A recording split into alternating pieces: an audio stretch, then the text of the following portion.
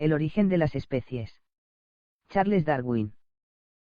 Capítulo y la variación en estado doméstico. Causas de variabilidad. Cuando comparamos a los individuos de la misma variedad o subvariedad de las plantas actuales que desde hace mucho tiempo van siendo cultivadas, y de nuestros animales domésticos más antiguos, una de las primeras cosas que más nos extraña es, sin duda, ver cómo generalmente difieren entre sí en mayor escala unos individuos de otros que los individuos de cualquier otra especie o variedad estudiada en el estado natural. Así como cuando reflexionamos sobre la vasta diversidad de las plantas y animales que respectivamente han sido cultivados y domesticados, variando durante todas las edades, ya sea por la influencia de los climas, por un tratamiento diferente, nos vemos obligados a concluir que esta gran variabilidad es debida a que nuestras producciones domésticas se han formado en condiciones de vida menos uniformes, diferentes de aquellas a las que había sido primitivamente expuesta la especie madre en la naturaleza. Ahora bien, aunque no deja de tener alguna probabilidad la opinión expuesta por Andrew Knight de que esta variabilidad pueda tener cierta conexión con el exceso de alimento, parece, sin embargo, evidente que los seres orgánicos necesitan estar expuestos durante algunas generaciones a condiciones nuevas para que en ellos se origine cualquier gran variación, que continúa luego durante muchas generaciones. No se sabe de ningún caso en que un organismo variable haya dejado de variar sometido al cultivo, por lo cual las plantas cultivadas desde hace mucho, como por ejemplo el trigo, todavía siguen presentando nuevas variedades, y los animales que desde muy atrás pasaron al estado doméstico son aún susceptibles de mejoras y modificaciones rápidas.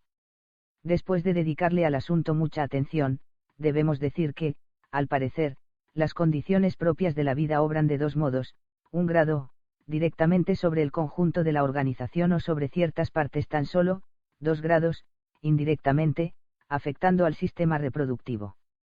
Con respecto a la acción directa, debemos tener presente que en todos los casos, como últimamente ha afirmado el profesor Weisman, hay aquí dos factores que considerar, a saber, la naturaleza del organismo y la naturaleza de las condiciones, de los cuales el primero parece ser mucho más importante que el segundo, puesto que algunas variaciones próximamente semejantes surgen a veces en condiciones que, en cuanto podemos apreciarlas, son desemejantes, y por otra parte, surgen variaciones desemejantes en condiciones que parecen ser casi uniformes. Los efectos en la prole son definidos e indefinidos.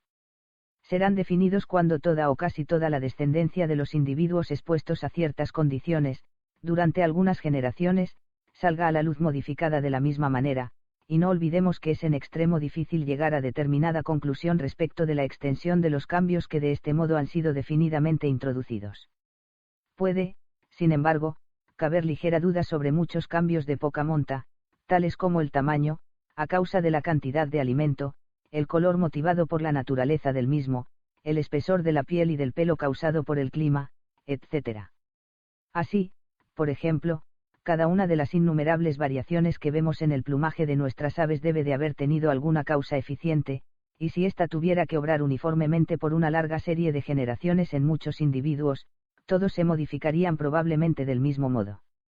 Hechos tales como las complejas y extraordinarias excrescencias que invariablemente siguen a la inoculación de una pequeña gota de cochinilla, nos muestran que modificaciones singulares podrían resultar en las plantas por sola constitución química en la naturaleza de la savia. Vemos variabilidad indefinida en las innumerables, aunque pequeñas peculiaridades que distingue a los individuos de la misma especie y que no pueden ser explicadas por herencia, ya sea del padre, de la madre o del antecesor más remoto. También aparecen algunas veces, diferencias muy marcadas en los hijos del mismo parto y en las plantas procedentes de una misma cápsula de semilla. A largos intervalos de tiempo, entre millones de individuos criados en el mismo país y sustentados próximamente con el mismo alimento, surgen desviaciones de estructura tan pronunciadas que merecen llamarse monstruosidades, pero estas no pueden ser separadas por línea determinada de otras variaciones más ligeras.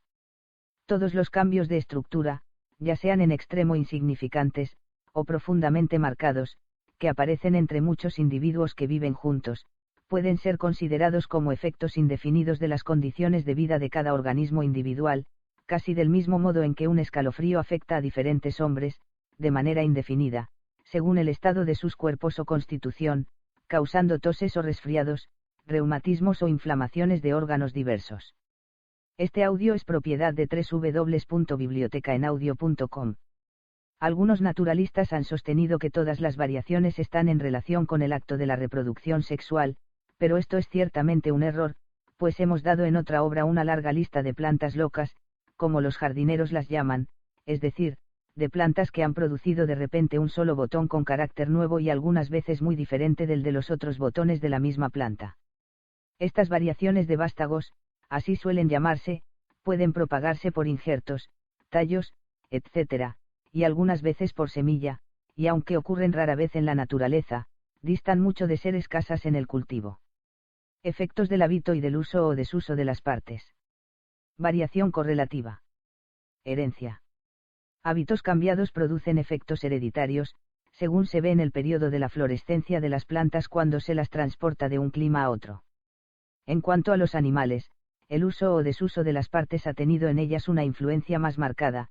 Así encontramos en el pato doméstico que los huesos del ala pesan menos y los huesos de la pierna más, en proporción a todo el esqueleto, que lo que pesan los mismos huesos en el pato salvaje, y este cambio puede atribuirse, sin riesgo de equivocarse, a que el pato doméstico vuela mucho menos y anda mucho más que sus salvajes padres. Aquí únicamente aludiremos a lo que puede llamarse variación correlativa. Los cambios importantes del embrión o larva ocasionan probablemente los cambios del animal adulto. Los criadores creen que remos prolongados acompañan casi siempre a cabezas alargadas. Algunos ejemplos de correlación son completamente caprichosos, así los gatos enteramente blancos y de ojos azules son en general sordos, lo cual solo sucede. ¿Te está gustando este episodio? Hazte fan desde el botón Apoyar del podcast de Nivos. Elige tu aportación y podrás escuchar este y el resto de sus episodios extra. Además, ayudarás a su productor a seguir creando contenido con la misma pasión y dedicación.